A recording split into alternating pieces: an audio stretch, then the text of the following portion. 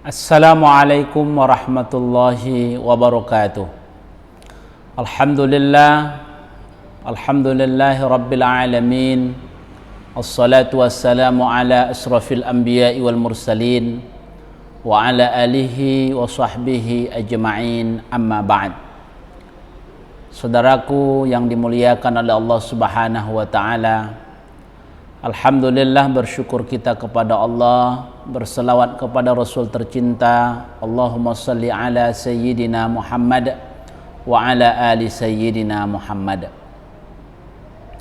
Saudaraku yang dimuliakan oleh Allah Subhanahu wa ta'ala, kajian kita pada kesempatan hari ini adalah tentang zakat fitrah.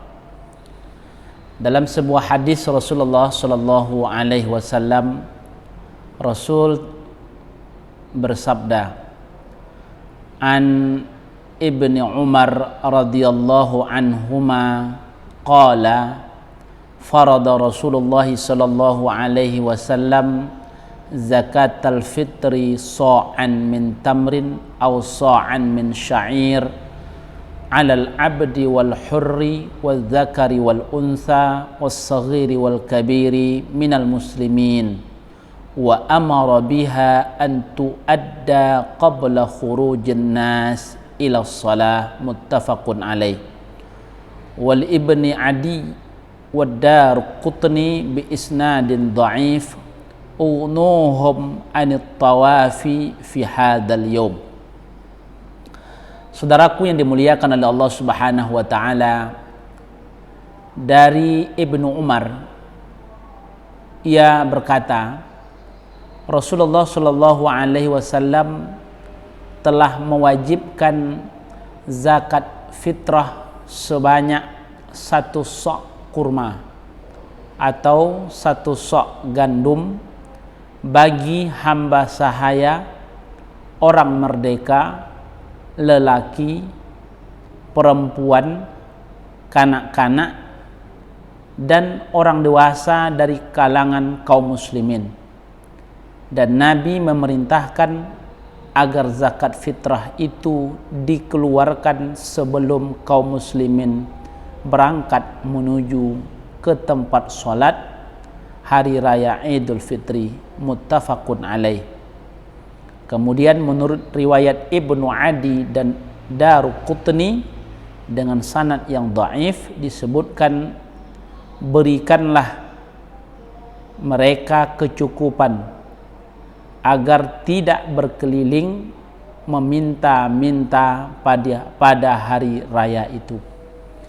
Saudaraku yang dimuliakan oleh Allah Subhanahu wa ta'ala, kalau kita lihat dalam hadis ini, bahwa dalam hadis ini bermakna Rasulullah sallallahu alaihi wasallam mewajibkan zakat fitrah setelah puasa Ramadan untuk membersihkan orang yang berpuasa dari hal perkataan yang tidak bermanfaat dan keji, di mana ada kalanya di saat ia melakukan puasa itu mereka melakukan satu kesalahan-kesalahan yang kadang-kadang tanpa disadari keluar perkataan-perkataan yang tidak bermanfaat atau perkataan yang tidak mencerminkan nilai-nilai kebaikan. Zakat fitrah dapat menutupi kekurangan yang terjadi selama berpuasa, sebagaimana sujud sahwi dapat menutupi kekurangan yang terjadi di dalam sholat. Jadi kalau kita lihat ketika kita tertinggal, maknanya terlupakan melaksanakan satu gerakan atau kegiatan ibadah yang dianjurkan di dalam sholat selain rukun tadi. Dalam mazhab Syafi'i misalnya tahiyat awal kita kelupaan, kemudian ketika mau mengakhiri ibadah sholat wajib kita, baru teringat. Nah, pada saat kita ingin mengakhiri, pada saat kita membaca tahiyat akhir, maka dianjurkan kita untuk melaksanakan sujud sahwi. Ini maknanya karena kita terlupakan dalam beberapa aktivitas yang memang tidak fatal atau tidak membatalkan dalam pelaksanaan ibadah sholat. Nah, artinya apa? Artinya zakat fitrah ini itu dia dapat menutupi kekurangan-kekurangan yang terjadi selama kita berpuasa di bulan Ramadan.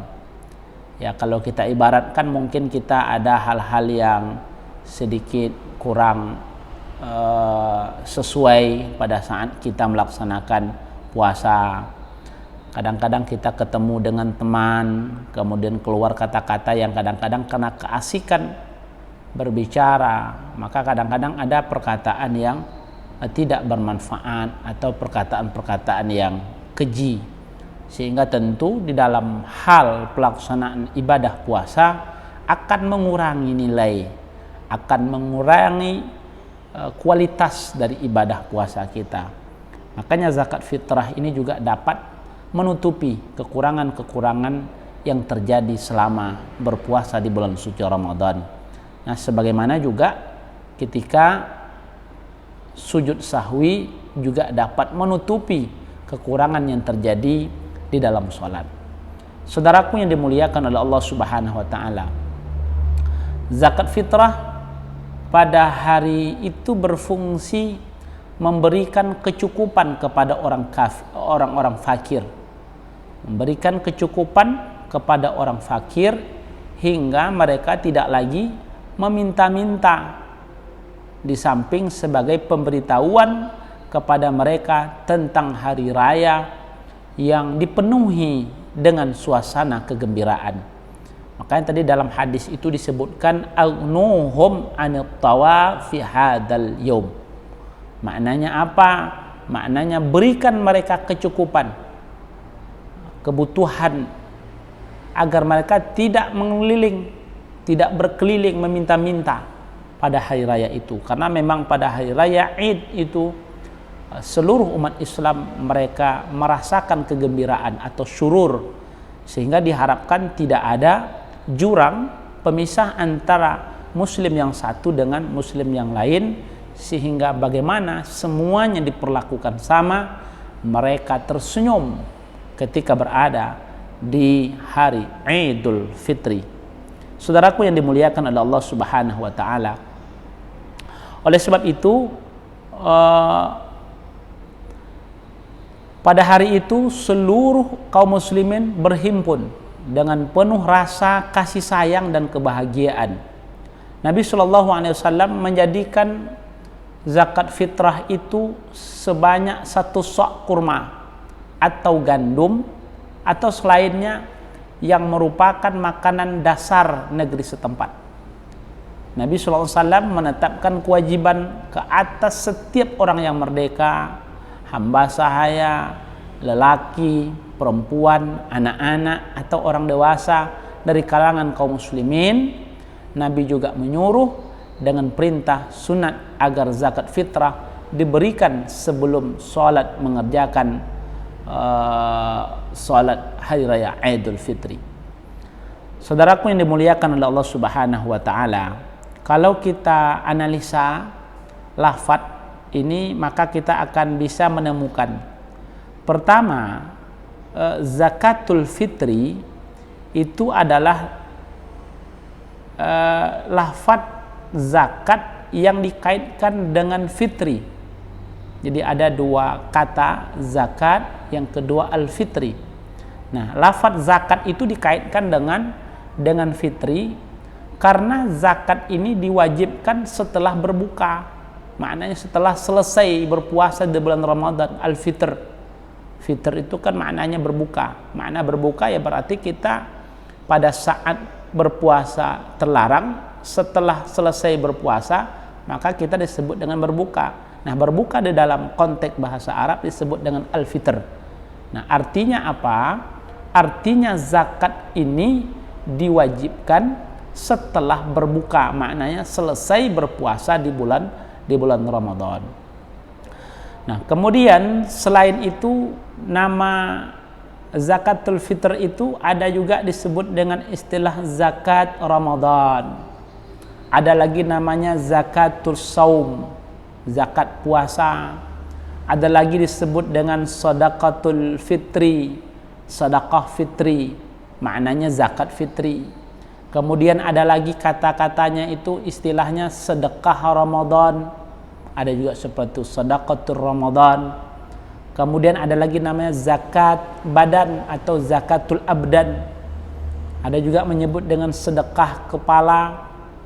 Nah, orang sering memberikan nama fitrah ini, di mana istilah ini diambil dari istilah yang memang familiar didengar oleh kita. Kemudian zakat fitrah, istilah yang selalu digunakan, diwajibkan pada tahun kedua Hijriyah. Jadi setelah 2 tahun Nabi hijrah ke kota Madinah, baru ada kewajiban untuk membayarkan zakat fitrah itu, yaitu pada bulan Ramadan bersamaan 2 hari sebelum hari raya. Jadi berarti itu disyariatkan zakat fitrah itu di dalam bulan suci Ramadan 2 hari sebelum hari raya. Nah, waktu menunaikannya dimulai itu sejak permulaan bulan Ramadan hingga akhir bulan Ramadan.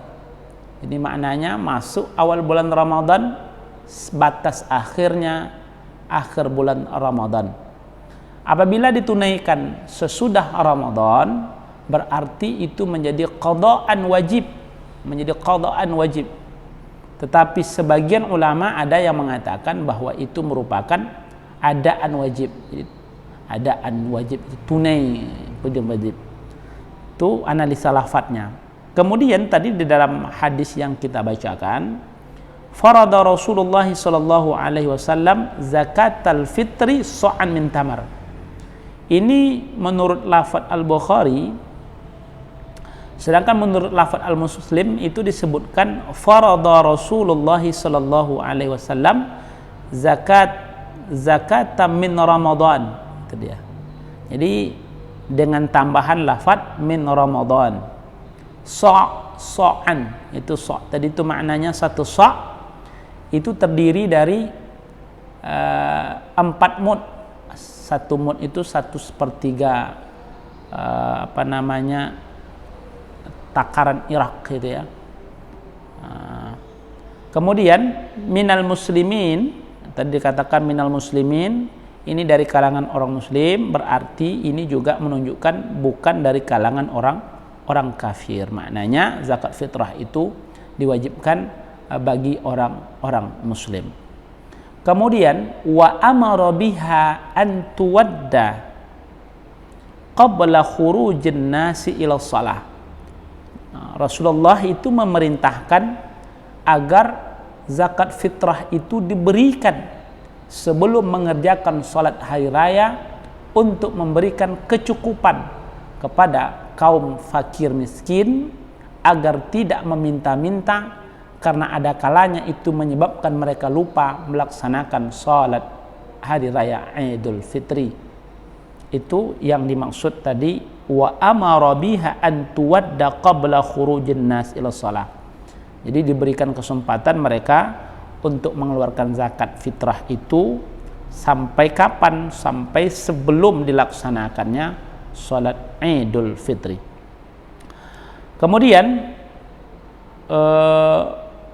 juga disebutkan bi isnadin dhaif dalam hadis tadi dengan sanad yang dhaif, karena memang di dalamnya terdapat Muhammad bin Umar al-Waqidi.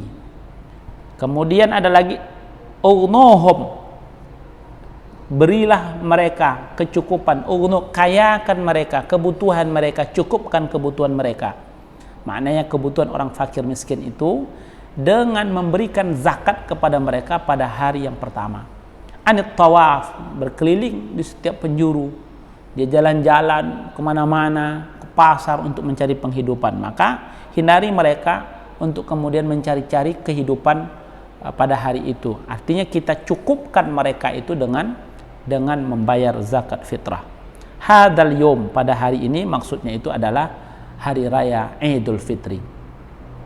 Saudaraku yang dimuliakan oleh Allah Subhanahu wa taala, kalau kita coba ambil kesimpulan dari hadis yang kita bahas, maka didapatlah beberapa hal berkaitan dengan fikih hadisnya. Yang pertama, ada kewajiban zakat fitrah dan memberikan penjelasan hukum wajib ini berlaku umum yang mencakup seluruh orang-orang muslim, baik laki-laki maupun perempuan, anak-anakkah dia ataupun orang dewasa, merdekakah dia atau hamba sahaya.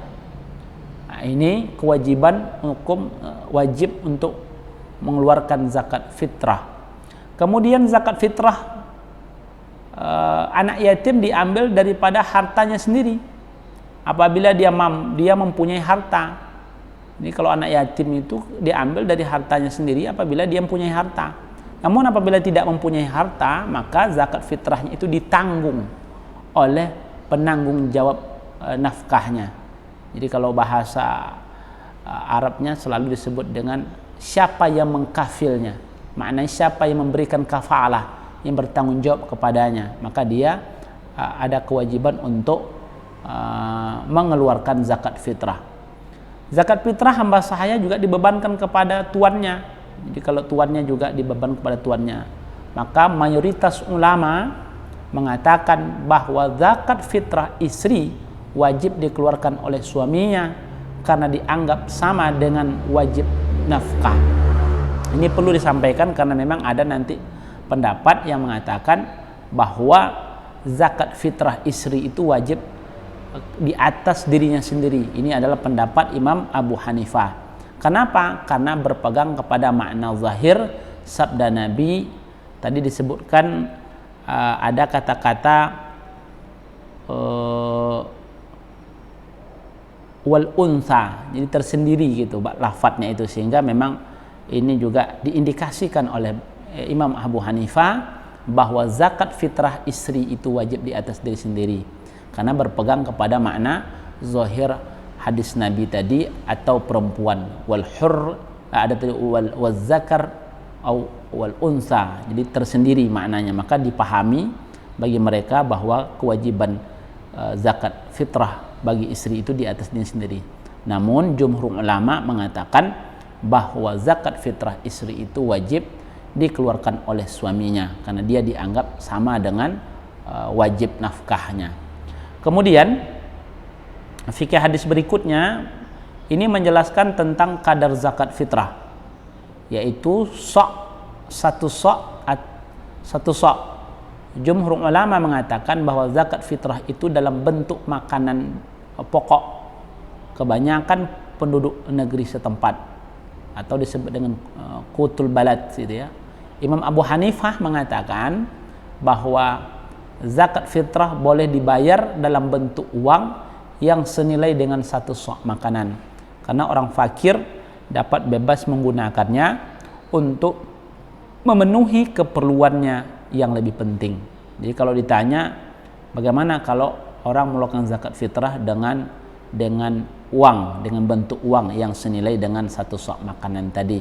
Nah, bagi pendapat Abu Hanifah ini hukumnya boleh, sementara yang lain mengatakan itu dikeluarkan sesuai dengan dalam bentuk makanan pokok kebanyakan penduduk sebuah negeri. Kemudian itu yang kedua. Yang ketiga, ini menjelaskan, hadis ini menjelaskan waktu pembayaran zakat fitrah itu ialah sebelum mengerjakan sholat hari raya Idul Fitri. Jadi waktunya itu sebelum mengeluarkan atau mengerjakan sholat hari raya Idul Fitri. Imam Abu Hanifah dan Imam Malik mengatakan bahwa zakat fitrah itu, Abu Hanifah, Imam Malik mengatakan bahwa zakat fitrah itu diwajibkan saat fajar pada hari raya terbit, karena waktu itu adalah waktu berbuka yang hakiki, Di samping zakat fitrah merupakan amal taqarrub kita kepada Allah yang berkaitan dengan hari raya, maka waktu wajib tidak boleh didahulukan ke atas hari raya. Namun Imam Syafi'i dan Imam Ahmad bin Hanbal mengatakan bahwa zakat fitrah itu diwajibkan setelah matahari tenggelam akhir Ramadan. Jadi setelah di akhir Ramadan matahari tenggelam, maka disitulah diwajibkannya zakat fitrah. Karena berbuka dari puasa Ramadan itu tidak lain kecuali setelah matahari tenggelam di akhir harinya. Adapun menyegarahkan zakat fitrah, lalu pertanyaannya bagaimana kalau kita segerakan membayar zakat fitrah itu? Imam Syafi'i mengatakan bahwa itu boleh dilakukan sejak awal Ramadan, karena penyebab untuk berzakat fitrah itu setelah wujud. Jadi karena penyebab untuk kewajiban berzakat fitrah itu telah ada gitu, telah wujud gitu. Sementara Imam Malik dan Imam Ahmad Imam Malik dan Imam Ahmad bin Hanbal mengatakan bahwa boleh mendahulukan zakat fitrah sehari atau 2 hari sebelum hari raya. Itu menurut pendapat Imam Malik dan Imam Ahmad. Kemudian mazhab Hanafi mengatakan bahwa boleh mendahulukan zakat fitrah secara mutlak tanpa perlu merincikan waktunya. Menurut pendapat yang sahih di kalangan mereka, alasannya apa? Sebab penyebab yang diwajibkannya itu telah pun wujud, yaitu orang yang wajib diberi nafkah. Nah, ini lebih ekstrim lagi. Jadi dia tidak diikat dengan waktu, malah dia katakan boleh saja tidak mendahulukan zakat fitrah secara mutlak tanpa perlu merincikan waktunya. Namun dalam mazhab Syafi'i itu boleh mengeluarkan zakat atau membayar zakat fitrah itu pada saat kita berada di awal bulan suci Ramadan. Maknanya di tanggal 1 Ramadan pun kita sudah boleh mengeluarkan zakat fitrah, karena maksud dia kita penyebab untuk berzakat itu sudah wujud. Saudaraku yang dimuliakan oleh Allah Subhanahu wa taala, mudah-mudahan bermanfaat. Wassalamualaikum warahmatullahi wabarakatuh.